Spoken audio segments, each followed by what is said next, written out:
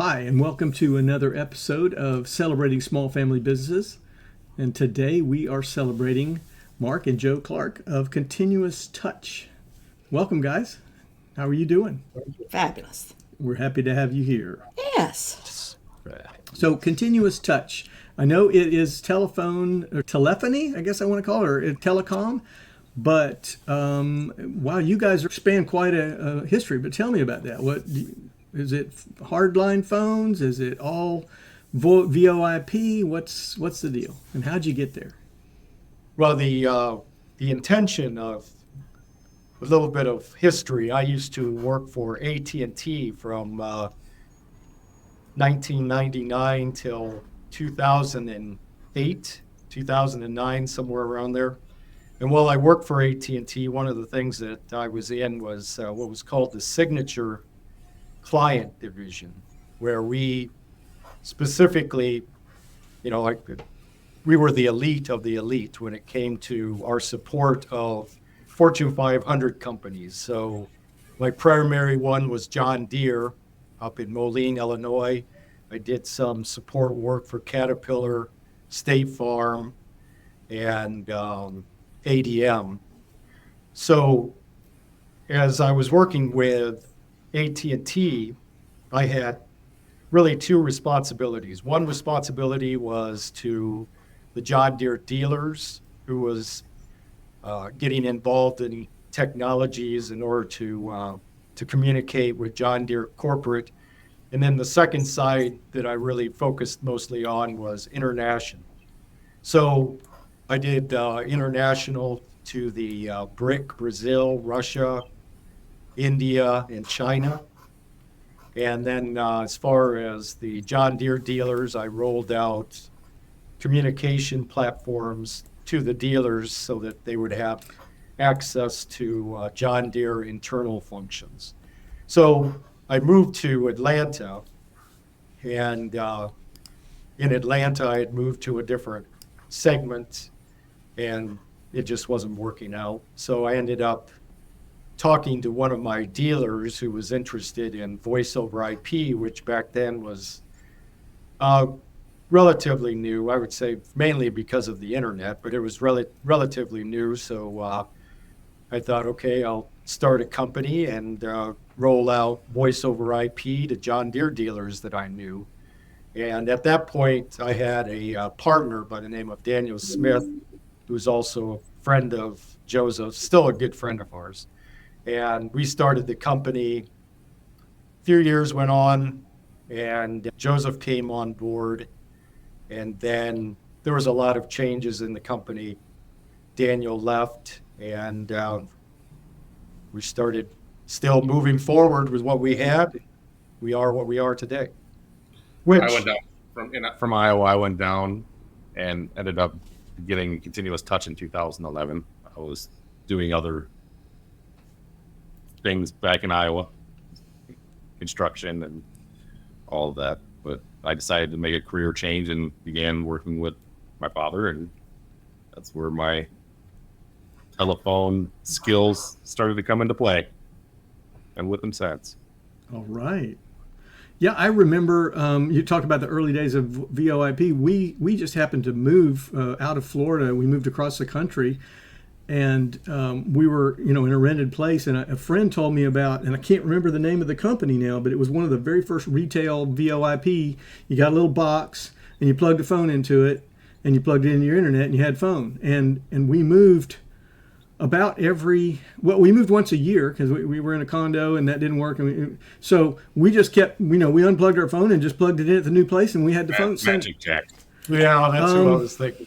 Magic Jack. Anyway, they were one of the early pioneers. Magic Jack, I think, came a little bit later, but we did that for about 8 years, and it was magic. I mean, it was wonderful that we didn't have to keep canceling, because when we moved out of Florida to go out west, one of the things I learned was we had our email address with the cable company. And when we wanted to leave and close that account, we said, "Can I take the email address with me?" And they said, "Nope, you're lost." So that's when I got the idea that portability was going to be huge. And so VOIP, you guys were pioneers. So you started with your John Deere dealers, and then how did it evolve from there? Well, from there, between John Deere dealers, and then we started bringing on agents. A lot of them are friends of mine, if not all of them. So the agents started selling our services also. So I think we're across, is it 17 states now, or how many, Joseph? I believe that's correct, 17. Wow. So we're in 17 different states across the country. We have full compliance with the government. So we have a company out of Longwood, Florida that does our compliance. So when we send out a bill, there has to be specific taxes to those municipalities and those particular counties, and we collect those taxes, and through our compliance company, we are paying taxes to over 17 states across the country. Wow, yeah, that's got to be complex. I'm glad you have a company that specializes in that. Yeah, absolutely. I mean, we found that outsourcing is very good because, well, that was one of the things when I was with AT&T. They really started heading down that outsourcing road. So I was involved in several outsourcing master agreements, so I had a pretty good idea of how to formulate a good outsource environment with the right partners, and also how to kind of keep them in line. So it's worked out real well. Lessons from the corporate. That's wonderful. That's actually one of the themes that we see in a lot of smaller businesses, family businesses that where they have transitioned, is the lessons that they learned in corporate that they brought over, and replicated.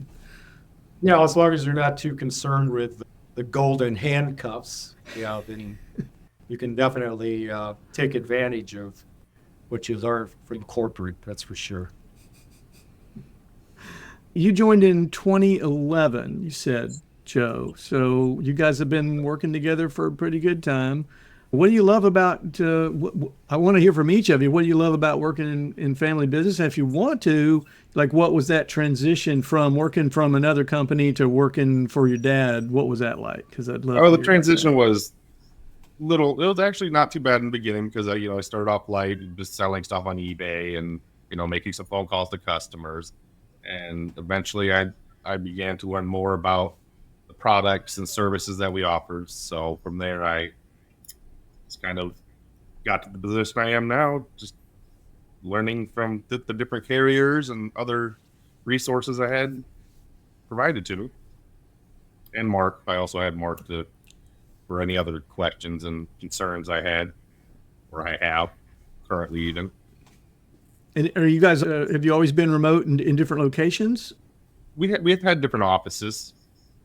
In Atlanta, we had an office that we primarily went to, but with this job, we also have the flexibility to work from home or work from a remote location. Like Mark's at the office here in Wesley Chapel at Wiregrass, and I am working from my home office today.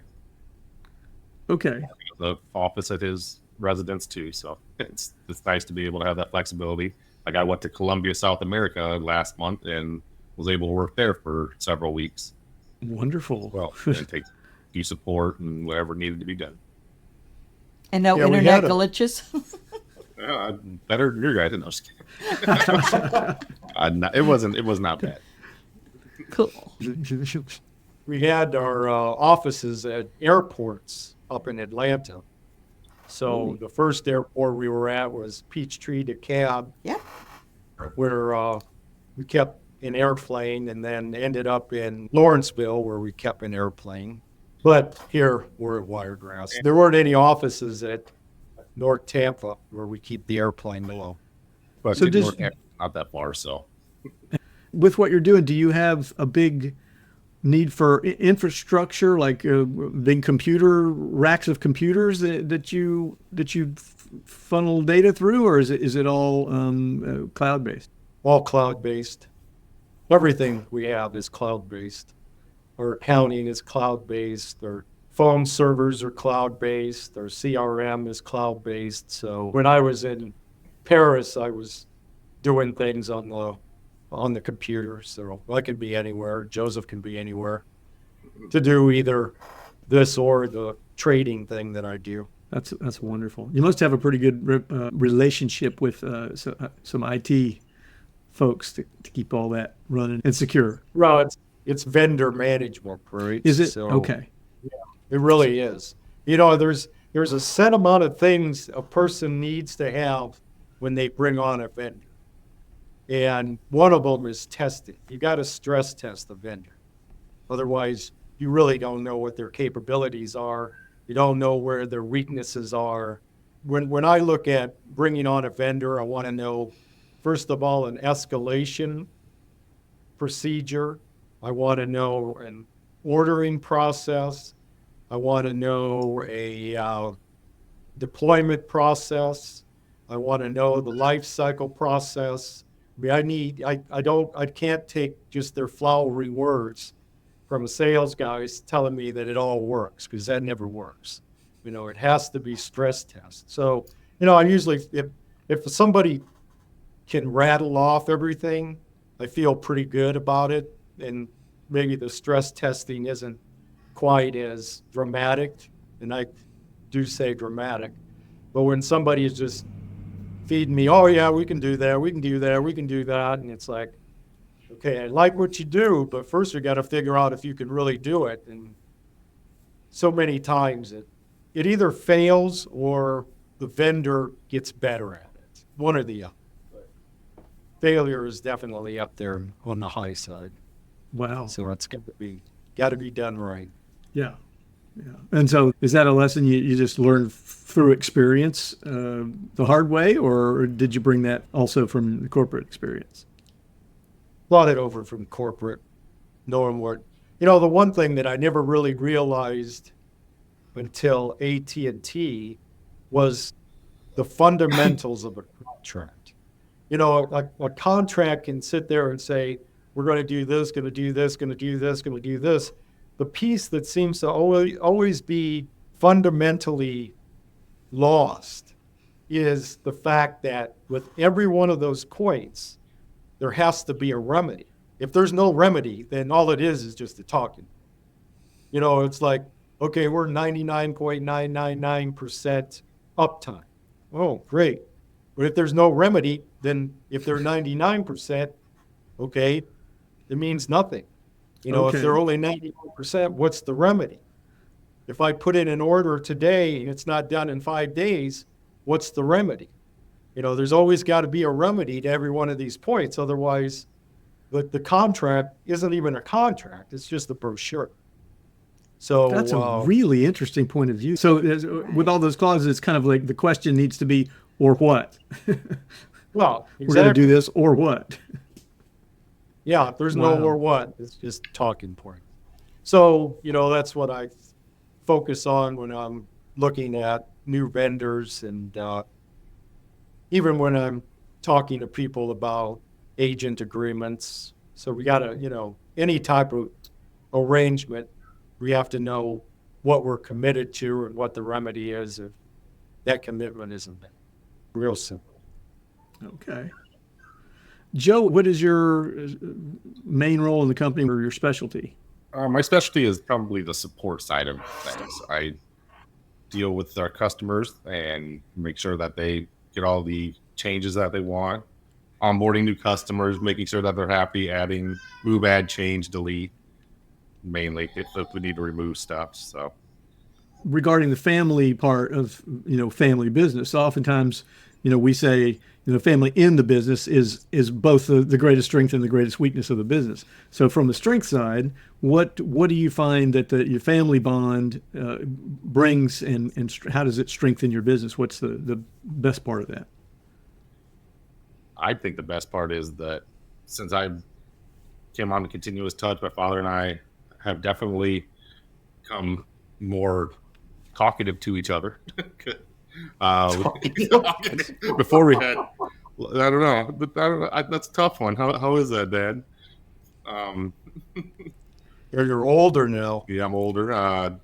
He's taught me a lot of things. I mean, I would have never known about the telecommunication industry.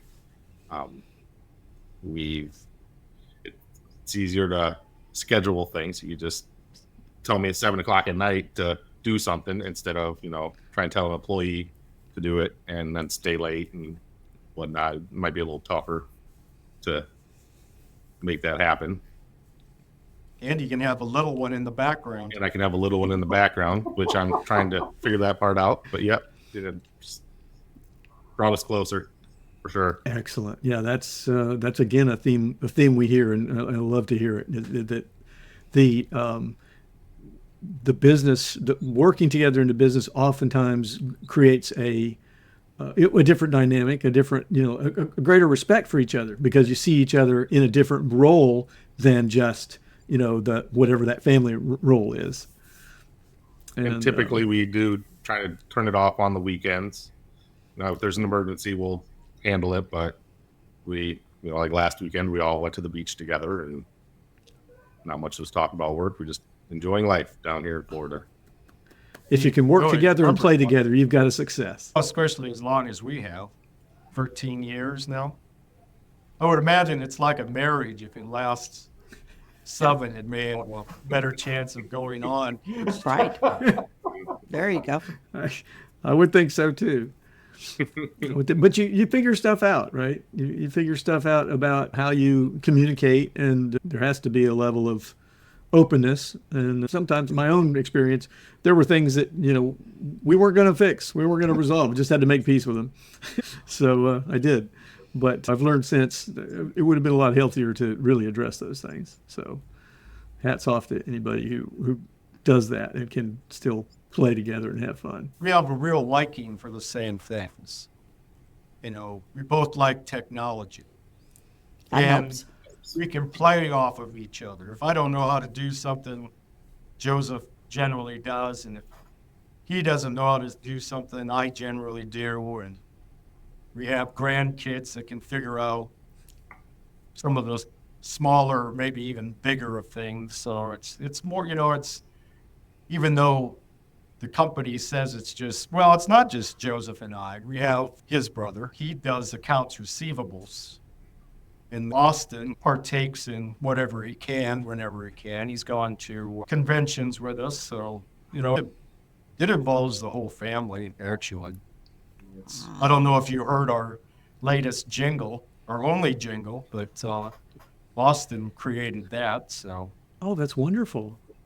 yeah, so it's in the little ones are more than happy to be involved. I tell Lennox, my grandson, he's going to be the CIEIO pretty soon, so he's getting ready for what at 8 years old. And he knows he can do it too. He knows he can do it. That's right. So yeah, it's more than just Joseph and I by a long ways. Thank you for clarifying that. Right. Thank you. So now that you've been in this for 11, 12 years, whatever it is, what do you know now that you wish you had known then when you were partnering up? That's hard to say. It is partnering. Thank you. Yeah, I mean, it kind of relates to that other thing that I do, day trade and stuff. Because I learned so much in that it really I applied so much of what I learned in that to the company that it dramatically made the company much more profitable. So, Ooh, like for example. And some of them were they're the dumbest cliches yet, unless you actually do something with them, they're meaningless. Like, it's so much easier to work to save $1 than it is to work to earn $1. Again, it's just a cliche, yet unless you really think about that and apply it, I'm going to get a Cybertruck, hopefully Sunday. So I want to wrap it, right? So it's $4,000 if somebody wraps it, or I might be able to do it for about $1,200 or $1,300. Well, yeah, I could spend the money. I mean, it's not a big deal. But I can save that money because I'll go down to my buddy's house in Key West, hang out with him. He's got one too. We'll wrap a couple of Cybertrucks. We'll have a great time. I'll save $3,000.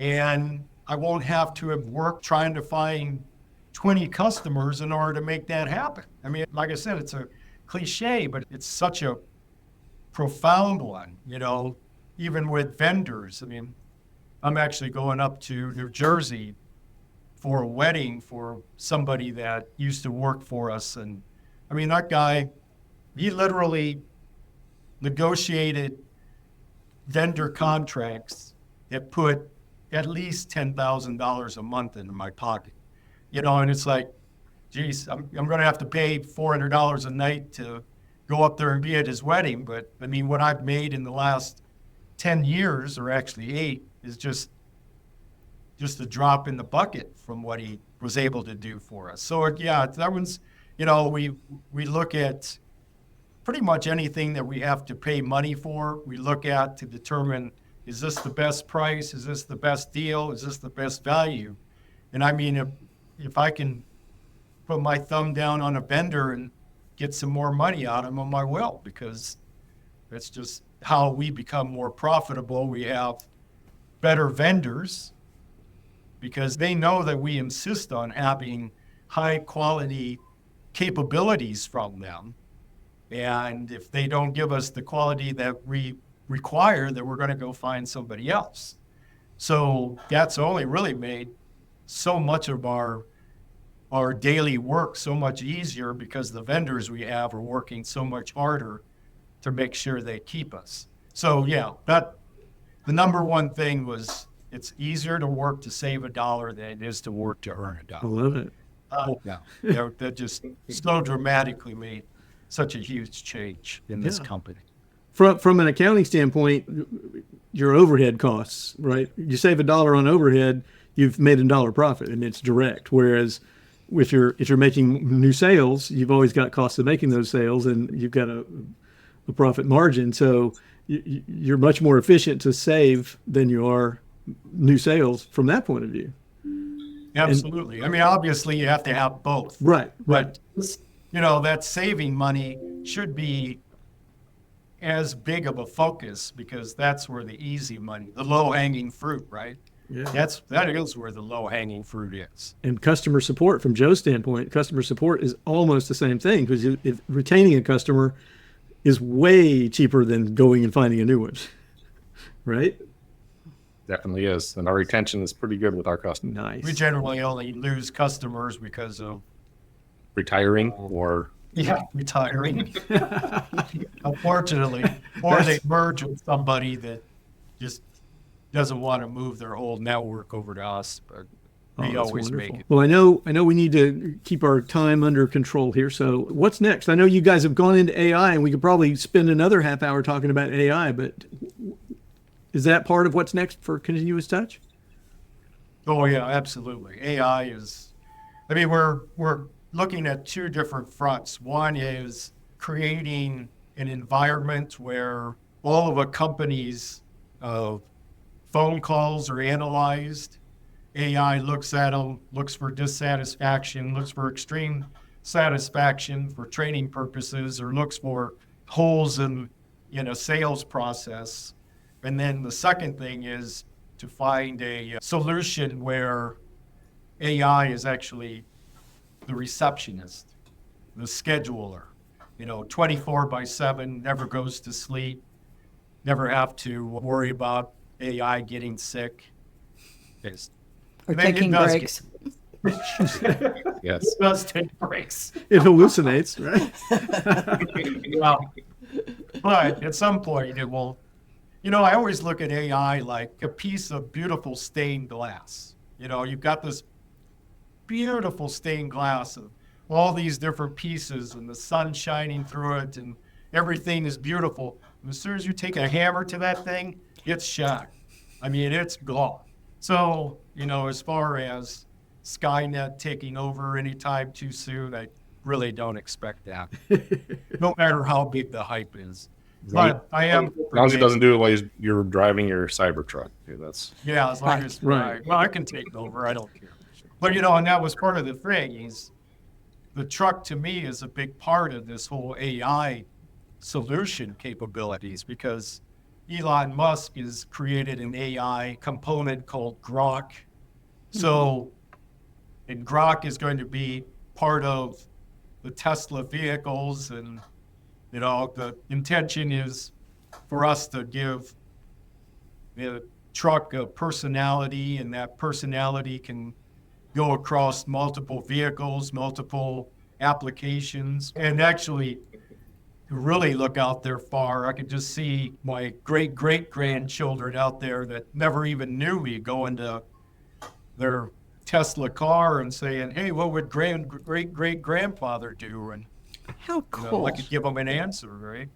So that's where I see the intelligence going. Wow. And you will bring it so that I can ride in it, right?